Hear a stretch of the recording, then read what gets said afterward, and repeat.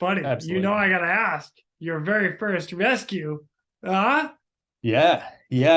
Of course, I had to make sure I had a couple of stories ready, didn't I? Otherwise, I'm not meeting the requirement of the actual name of the podcast. Um, Whatever. I think the You know the what? first I just the wanted first you to one. come on anyway. Come on, it doesn't matter. Yeah. Well, it's funny. I'll give you three stories. I appreciate having me here, even if my stories aren't as spectacular as some of your others. But the first one, which will come back to the research, is I got inserted out in the high country in Victoria, the state I live in, which is it's pretty rugged. Like we have, um, from an aviation point of view, we have three what we call designated remote areas in Australia, big areas where you're required to carry minimum fuel requirements, minimum SAR equipment requirements, minimum survival equipment, because it's that, the definition, if you like, of this type of countryside is if you crash there, we're just not going to find you. So you kind Wow. of just going to have to stick it out. So there's three big areas in Australia. One's kind of in the centre of Australia. One's on the west coast of Tasmania, which is the island to the south of Australia, which is this really, really remote and rugged wilderness. And then the area that my helicopter base services is the other area, which is called the Victorian High Country. And it's often when you're flying over there, you're like, yeah, they're just not going to find us if we go down here. So, of course, it's not going to happen because we've got an awesome team and awesome aircraft. But Cool. we, yeah, that's it. We got sent out to we call Saturday afternoon in my service motorbike Saturday because almost certainly the jobs that we're going to go out to are probably related to some kind of petrol powered object, usually a trail bike, motocross type bike. So we'd gone out and Something that has with super this, fun adrenaline and goes really fast and yeah, doesn't and always stop. surprisingly, that's it. That's it. And surprisingly has a male aged 18 to 45 on it. So Of that's course it usually our does. demographic. Yeah, that's it. That's it. So sure enough, that's exactly who we're going out to, someone who's broken. And because I was so junior, we hadn't done a heap of SAR training exercises as part of our initial accreditation, more just hoist technique, learning how to work with the aircraft and be hoisted in and out, and all of the bits and pieces about getting a stretcher in the door. And at the time, it was a 412. With great, fantastic aircraft, very capable for what we were doing at the time. But I didn't really understand much about all of the flight rules about getting close to a scene. It was still kind of finding what the hell all of that meant to me. So if pilots did something, I was kind of just trying to understand why they couldn't get me closer, or why I was so close. Sometimes it's about being like, oh wow, we're right down in this valley or whatever it is. We've got 250 foot of cable. Why are we right down in this valley, skimming the treetops? So it's a good example of just letting the experts do their job. But in this particular case, I got put down at the bottom of a really, really steep, rocky, uneven trail. And I was about probably 800 meters. So I don't know what that's half a mile from the patient. And it was almost vertical to get up to this person, which is why they'd come unstuck. And I had all my equipment, and because you're a solo rescue crew officer in these circumstances, you put down by yourself.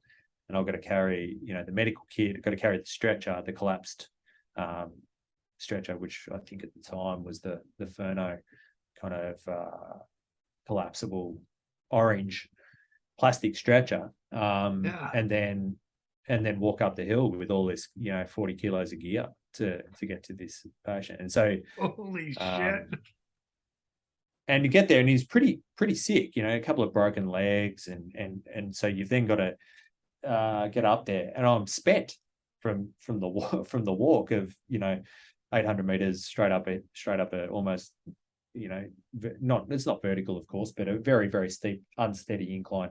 But then you've got to deliver medical care to someone who's actually quite injured, and then get them packaged up. And then we've got, by virtue of the fact that I couldn't be winched directly to him in the first place, that answers the question about whether you can winch them out or not.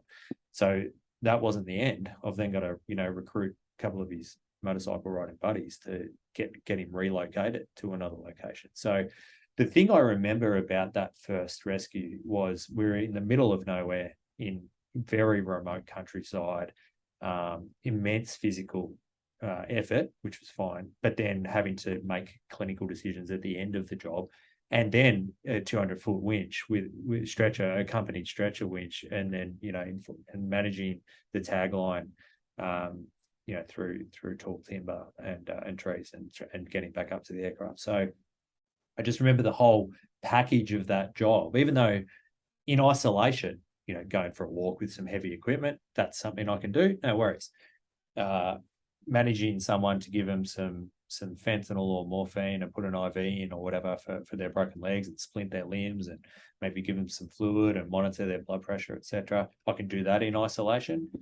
Relocating the patient from where they were in the stretcher with some friends up to a place to be extricated from. All of those things in isolation are fine. Put them all together, that's a really hard job.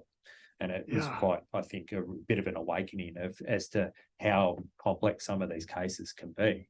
And then, the first time you spend, 200-foot winch with, yourself, with my gear at the time, I would have been 85, 90 kilos plus, the patient and my gear, you're pushing the max limits of the hoist. So that, of course, the winch speed is at its slowest. So you spend a lot of time in fresh air with at a height above the forest floor, and you're like, looking around, going, this is a cool job, but I wouldn't mind being inside the aircraft right about now. So anytime you're ready to get me up to the door, that'd be really great, and making sure that the tagline's punched off and getting everything right. So I wouldn't have said it went perfectly, but that was the first big rescue that I did, and I just remember thinking, at the end of it, there's a lot of moving parts to those jobs to make sure you do them well, do them safely, make sure you're still looking after the patient, make sure you're looking after yourself as well. But it then goes back to the big systems thing, is like, was I prepared to do that job? And in that instance, I think I probably was at the time, but I was physically prepared to do the job. But the logistics and the complexity of the job was a real kind of learning thing from that job. Dang. Anything you would have done different after you got back? Or if you had the same case now? Yeah. I probably would have walked a bit slower because, the adrenaline's pumping, you've been put down, and you got to ask the question, how sick's the patient? Don't really have a whole lot of information a lot of the time. Up in those parts of Australia, there's not a whole lot of great communications, no mobile phone reception, that type of stuff. So a lot of the time you kind of max yourself out to get to the patient to make sure that you can deliver the care. And now that he probably he was going to be fine for another couple of minutes. So probably just saving a few, as we would say, save your bickies in Australia. Save your bickies. Spend all of yeah.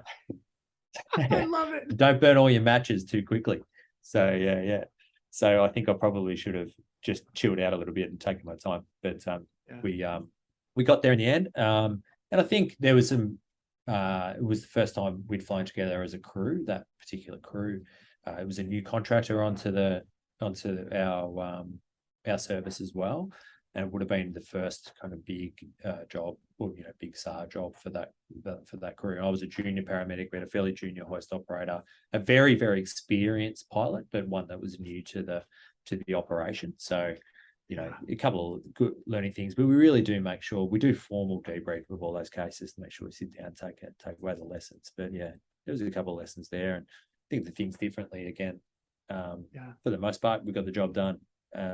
So just maybe slow down. It's good advice from more senior, experienced people that young people generally don't take. Yeah, I'm on board. Like, hey, slow down, man.